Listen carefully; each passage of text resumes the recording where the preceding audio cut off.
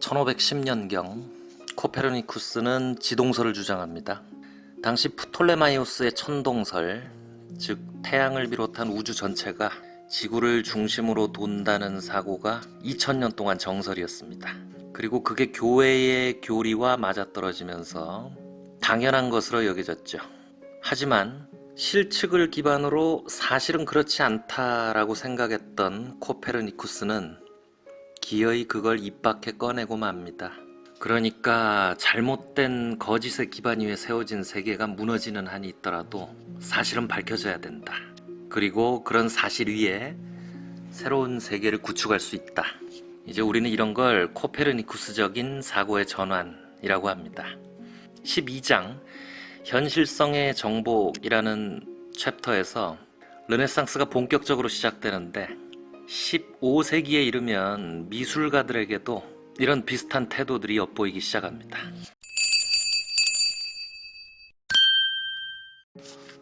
자, 르네상스란 재생 또는 부활을 의미한다고 12장의 첫 줄에 이렇게 쓰여 있습니다.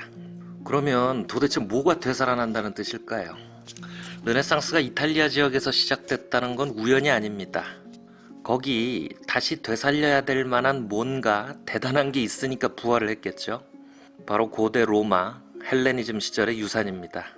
비록 무슨 고트족 반달족의 침입으로 로마가 멸망한 지 1000년이 지났지만 이탈리아 반도 곳곳에는 로마의 위대한 유산들이 널려 있었고 이게 후손들한테 끊임없이 영감을 줍니다.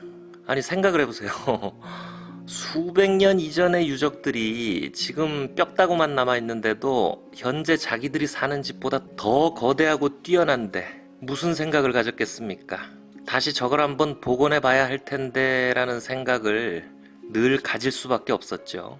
그래서 당시에는 어떤 뛰어난 조각이나 그림을 보면 을에 칭찬하는 말로 아 이거는 고대의 것처럼 훌륭하구나 라는 표현이 있었다고 하죠. 하여튼 이런 분위기 속에서 고대의 유산을 유심히 들여다보고 관찰하고 연구한 결과를 토대로 이탈리아 피렌체라는 도시국가에 엄청난 것들이 튀어나오기 시작합니다. 자, 도판 146번 어마어마한 규모의 산타마리아 델 피오레 성당의 중앙돔입니다. 여러분 이거 그 냉정과 열정 사이라는 영화에 준세이랑 아오이가 30살 되면 다시 여기서 만나기로 약속하는 그 성당이에요. 당시 피렌체 사람들이 영혼을 갈아 넣어서 만든 이 성당의 구석구석 다 얘기거리지만 여기서 중요한 건 중앙에 있는 이 돔, 이 둥근 뚜껑 지붕입니다. 이거는 사실 성당의 다른 외벽이 다 만들어지고 한참 동안 지붕을 올리지 못한 채 방치돼 있었어요. 왜냐하면 못하니까요. 이 둥근 지붕이 이게 지름이 45m나 되고요. 그리고 돔이 시작되는 부분이 50m 이상 떠 있어요. 다 만든 다음에는 115m가 넘고요. 자, 이런 높이에 돌 지붕을 올려야 되는 공사인데 당시에 이걸 무슨 수로 했겠습니까? 가운데다가 나무로 비계를 받치고 하면 되지 않나 라고 생각할 수 있는데 그러려면 어마어마한 나무를 조달할 수밖에 없죠. 그런데 이탈리아 지역이 그렇게 목재가 풍부한 지역은 아니니까요. 그런데 이제 한 사나이가 이 엄청난 작업에 도전장을 내밀고 성공하게 됩니다. 그 사람의 이름은 필리포 브루넬리스키고 이 사람의 무기는 바로 수학이었습니다. 당시 로마에는 고대에 지어진 비슷한 규모의 판테온이라는 돔이 남아 있었습니다. 브루넬리스키는 그걸 면밀히 측량하고 분석해서 곡면이 안쪽에서 버티는 힘을 계산해서 오로지 그 힘만으로 이 거대한 지붕이 무너져 내리지 않으면서 완성될 수 있다는 걸 증명했습니다. 과정이나 규모도 어마어마한데 심지어는 이게 아름답기까지 하죠. 이후에 이제 다음 세기에 로마 바티칸의 베드로 대성당 공사에 비슷한 돔을 짓게 되는데 그 공사를 맡은 천재 미켈란젤로가 교황에게 이런 말을 했습니다. 폐하, 피렌체의 코폴라보다 더 큰 돔을 만들려면 만들 수 있겠지만 더 아름답게 만들 수는 없습니다. 자, 브루넬리스키의 어떤 건축가로서의 위상은 이렇게 콧대 높은 미켈란젤로까지도 스스로를 낮추게 만들었다고 할 수 있죠. 자, 도판 147번은 규모가 좀 작은 예배당입니다. 파치 가문의 예배당이죠. 이 파치 가문은 피렌체에서 메디치 가문의 경쟁 가문이었어요. 그런데 이제 나중에 사고를 치죠.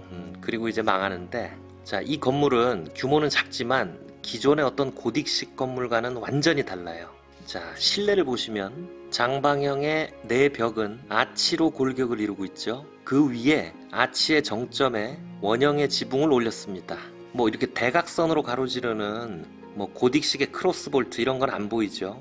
오히려 이 예배당의 구조는 동로마에 있는 소피아 대성당하고 비슷하죠. 자, 브루넬리스키는 당시 어떤 보편적이던 고딕 스타일을 분명히 거부했고요. 그리고 그 이전 고대 유산을 연구한 결과를 토대로 새로운 스타일, 르네상스 스타일의 건축 양식을 이런 식으로 만들어냅니다.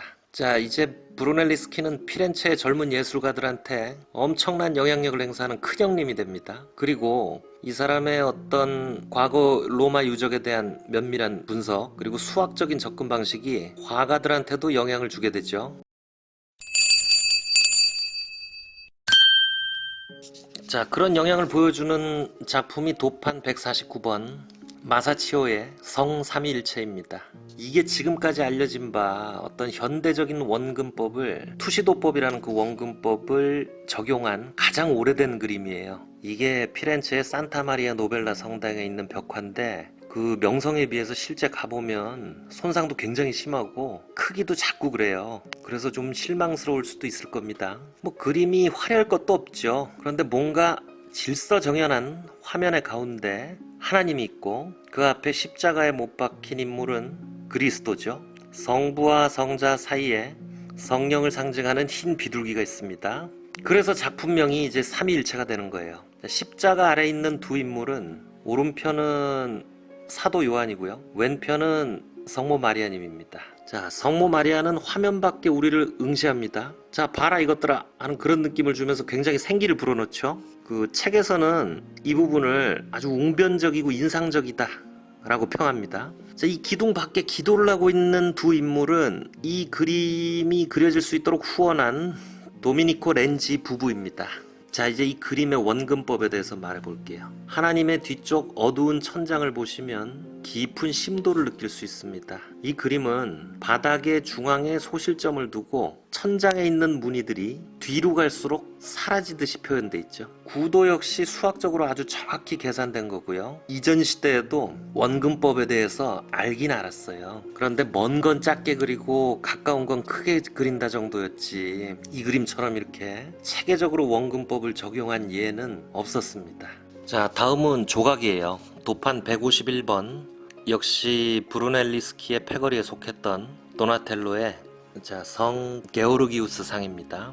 게오르그 성인은 용을 때려잡은 전설이 있죠. 그래서 대장장이들과 기사들의 수호 성인입니다. 자, 그리고 왼편에 띄워드리는 요 사진은 앞에 10장에 나오는 도판 127번 샤르트르 대성당의 현관 장식이죠. 자, 어느 걸 더 잘 만들었다고 할 수 있을까요? 뭐 관점에 따라 차이가 있을 수는 있죠. 하지만 오른쪽 작품이 더 우수한 점이 있어요. 뭐 간단하게 말씀드리면 실제 사람 같잖아요. 왼쪽보다. 자, 두 발을 땅에 단단하게 딛고 그리고 왼손으로 방패를 꼭 쥐고 있죠. 그리고 앞을 응시하는 젊은이는 지금 괴물을 뚫어져라 쳐다보고 있는 게오르그 성인입니다. 그러면 이게 앞시대의 조각보다 조금 더 사실적으로 느껴지는 이유는 뭘까요? 브루넬리스키가 판테온을 열심히 관찰했듯이 도나텔로는 인체를 철저히 관찰하고 그 결과를 조각에 반영했기 때문이죠. 앞시대의 조각가들이 어떤 작품을 만드는데 그 영감을 성경에 의존했다면 르네상스 시대 조각가들은 이제 자신이 관찰한 바에 기대서 영감을 얻었다고 할 수 있죠. 자, 다음은 도판 152번 역시 도나텔로의 작품으로 시에나 대성당에 있는 세레반의 청동 부조입니다. 자, 내용은 이렇습니다. 예수님 당시에 유대 왕 헤롯이 동생 빌립의 아내 헤로디아를 취합니다. 광야의 성자였던 요한이 그걸 비판하죠. 자, 헤로디아는 요한한테 앙심을 품어요. 그런데 어느 날 헤로디아가 헤롯의 처가 되기 전에 낳은 딸, 그러니까 헤롯의 의붓 딸이면서 조카가 되는 살로메가 연회장에서 헤롯을 위해서 엄청 섹시한 스트립 댄스를 춰요. 그 춤에 굉장히 흡족했던 헤롯이 모든 소원을 들어주겠다고 하는데 엄마가 부추겨가지고 성인 요한의 머리를 달라고 합니다. 뭐 찜찜하지만 소원을 들어주지 않을 수 없잖아요. 그래서 광야의 성인 요한의 머리를 쟁반에 담아옵니다. 여기 지금 뒤에 보시면 시종이 요한의 머리가 담긴 쟁반을 들고 오고 가운데 복도에는 뭔가 이렇게 악기를 켜는 악사가 보이네요. 그리고 앞에 제일 앞쪽 상황을 보시면은 왼편에 무릎 꿇고 지금 쟁반을 들이미는 시종이 있죠. 저 뒤에 있었는데 지금 또 여기 앞에 있는 건 2시간대에 일어난 일을 지금 한 화면에 담아서 그래요. 쟁반을 보고 지금 두 팔을 들고 놀란 남자는 헤롯입니다. 그리고 이 상황을 부추긴 헤로디아가 지금 왕을 진정시키려고 덤비고 있죠. 오른쪽에는 지금 놀란 사람들이 모여서 어수선하게 웅성거립니다. 이게 좀 특별한 점이 많은 작품이에요. 자, 우선 주인공이라고 할 만한 쟁반 위의 머리와 놀란 헤롯이 왼편 귀퉁이에 있죠. 그리고 가운데가 비어 있습니다. 요 시대만 해도 뭐 그림을 그리든 뭘 하든 중심 인물을 항상 화면 가운데 놓는 게 상식인데 그런 면에서 구도가 좀 파격적이죠. 그리고 무릎 꿇은 시종은 뒤에서 한 45도 각도로 묘사되고 있어요. 쟁반의 머리도 정수리 쪽에서 45도 각도로 보고 있죠. 그런데 묘사가 정확합니다. 그러니까 그리기 편하게 정면이나 측면을 묘사한 게 아니죠. 자, 어느 방향이든 자유롭게 그리는 기술, 앞에서도 많이 말씀드린 그런 단축법입니다. 도나텔로는 조각가였지만 또는 회화적인 단축법에도 능숙했다는 걸 알 수 있죠. 그리고 가운데 복도에 있는 이 두 개의 두상은 잘 보시면 영락없는 헬레니즘 시대 조각 같죠. 자, 이건 도나텔로가 브루넬리스키가 판테온을 연구할 때 했듯이 로마 시대의 유산으로 전해오는 그런 조각들을 아주 주의 깊게 연구했다는 어떤 빼박 증거가 될 수 있죠.